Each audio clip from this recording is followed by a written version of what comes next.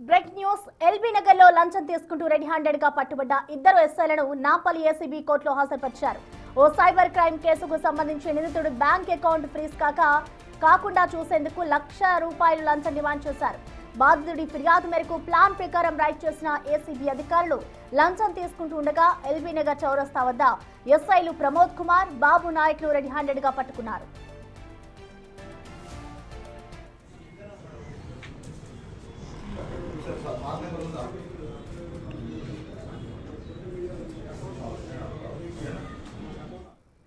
ఇద్దరు ఎస్ఐలను నిన్న LB Nagar cyber crime police స్టేషన్లో దాదాపు 11 గంటల పాటు ఏసీబీ అధికారులు విచారించారు. ఇవాళ ఉదయం కూడా ఏసీబీ కార్యాలయంలో మరోసారి విచారించారు. మెడికల్ టెస్ట్ల అనంతరం ఇద్దరు నిందితులను నాంపల్లి ఏసీబీ కోర్టులో హాజరుపరిచారు.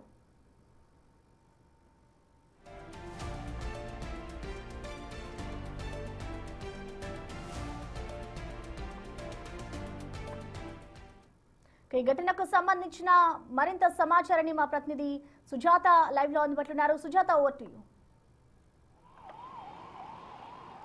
Prasanna, LB Nagar cyber crime police స్టేషన్లో ఎస్ఐగా విధులు నిర్వర్తిస్తున్నటువంటి ప్రమోద్ కుమార్ గౌడ్, అదేవిధంగా బాబు నాయక్ నిన్న మధ్యాహ్నం 3:30 ప్రాంతంలో లంచం తీసుకుంటూ ఉండగా ఏసీబీ అధికారులు రెడ్ హ్యాండెడ్గా పట్టుకున్నారు. ఆ తర్వాత 11 గంటల పాటు పోలీస్ స్టేషన్లో విచారించారు. ఆ తర్వాత నైట్ హబిట్స్ పోలీస్ స్టేషన్లో ఉంచారు. అయితే ఉదయమే 6:35 ప్రాంతంలో ఏసీబీ కార్యాలయానికి తీసుకొచ్చి దాదాపు 6 గంటల పాటు విచారించిన తర్వాత కొద్దిసేపటి క్రితమే ఏసీబీ కోర్టులో హాజరుపరిచారు. అయితే 14 రోజుల రిమాండ్ను కూడా విధించడంతో కోర్టు కొద్దిసేపటి క్రితమే చెంచల్గూడ జైలుకి తరలించారు. అయితే ప్రధానంగా సైబర్ క్రైమ్ పోలీసులు అనగానే అందరికీ గుర్తొచ్చేది, ఎవరికైనా సరే అన్యాయం జరిగినా లేదు అని అంటే లాస్ అయినా సరే వెంటనే సైబర్ క్రైమ్ పోలీసుల్ని అప్రోచ్ అవుతారు. కానీ వాళ్ళు బాధితులకి న్యాయం చేయాల్సింది పోయి నిందితుడికే సపోర్ట్ చేస్తూ లంచం ఇస్తే అకౌంట్ని ఫ్రీజ్ చేయము, దాంతోపాటు నీకు న్యాయం చేస్తాము అని చెప్పేసి బాధితుడి వైపు ఉండాల్సినటువంటి పోలీసులు నిందితుడికి సపోర్ట్ చేశారు. కానీ నిందితుడికి మాత్రము ఒకవైపు తాను తప్పు చేయలేదు, అయినా కూడా నా మీద కేసులు బలాయించారు అని చెప్పేసి ఆరోపణ చేయడంతో పాటు తనకి లంచం ఇవ్వడం ఏమాత్రం కూడా నచ్చకపోవడంతో ఏసీబీ అధికారులను అప్రోచ్ అయ్యానని బాధితుడు చెప్తున్నాడు. అయితే వెంటనే ఆ ఏసీబీ అధికారులు అక్కడికి వెళ్ళినప్పుడు లంచం తీసుకుంటూ ఉండగా చూసినటువంటి ఏసీబీ అధికారులు వెంటనే వాళ్ళిద్దరిని కూడా అదుపులోకి తీసుకున్నారు. అయితే ప్రధానంగా గత 6 నెలల క్రితం వీళ్ళు LB Nagar cyber crime police స్టేషన్లో విధులు నిర్వర్తిస్తున్నప్పటికీ కూడా చాలా కేసెస్లో వీళ్ళు ఎవరైతే బాధితులు వెళ్తారో ఆ బాధితుల పక్షాన నిలబడకుండా నిందితుల పక్షాన నిలబడి చాలా వరకు కేసుల్ని కూడా తారుమారు చేసినట్లు ఆరోపణలు వస్తున్నాయి.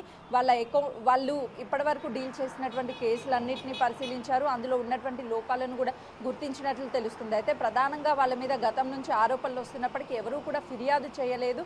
కానీ ఈ బాధితుడు మాత్రం వెళ్ళి ఫిర్యాదు చేయగానే ఏసీబీ అధికారులు రంగంలోకి దిగారు. అయితే గడిచినటువంటి 6 నెలల నుంచి చూస్తే పలు పోలీస్ స్టేషన్లు ఫిర్యాదులు రావడం, ఏసీబీ అధికారులకి వెంటనే అక్కడికి వెళ్ళడము, తర్వాత రైడ్స్లో రెడ్ హ్యాండెడ్గా పట్టుపడుతున్నారు. కానీ కొందరి పోలీసుల తీరు మాత్రం ఏమాత్రం మారడం లేదు. క్యాడర్ ఏదైనా హై క్యాడర్ అయినా లో క్యాడర్ అయినా ఆ బిహేవియర్ మారడం లేదు అని చెప్పేసి చాలా వరకు విమర్శలు వినిపిస్తున్నాయి. ఇప్పటికైనా సరే, ఎందుకంటే పోలీస్ స్టేషన్కి ఏదైనా న్యాయం కావాలనే వెళ్తారు, కానీ అక్కడే అన్యాయం జరుగుతుంది అని అంటే ఏసీబీ వాళ్ళని అప్రోచ్ అవుతున్నారు. అప్రోచ్ అయినటువంటి సమయంలో అట్లీస్ట్ న్యాయం జరుగుతుందేమని ఆశించడంతో ఇప్పుడు ఇద్దరు ఎస్ఐలు కూడా రెడ్ హ్యాండెడ్గా దొరకడంతో ఒకవైపు ఏసీబీ అధికారులు దూకుడు పెంచారనే చెప్పుకోవచ్చు.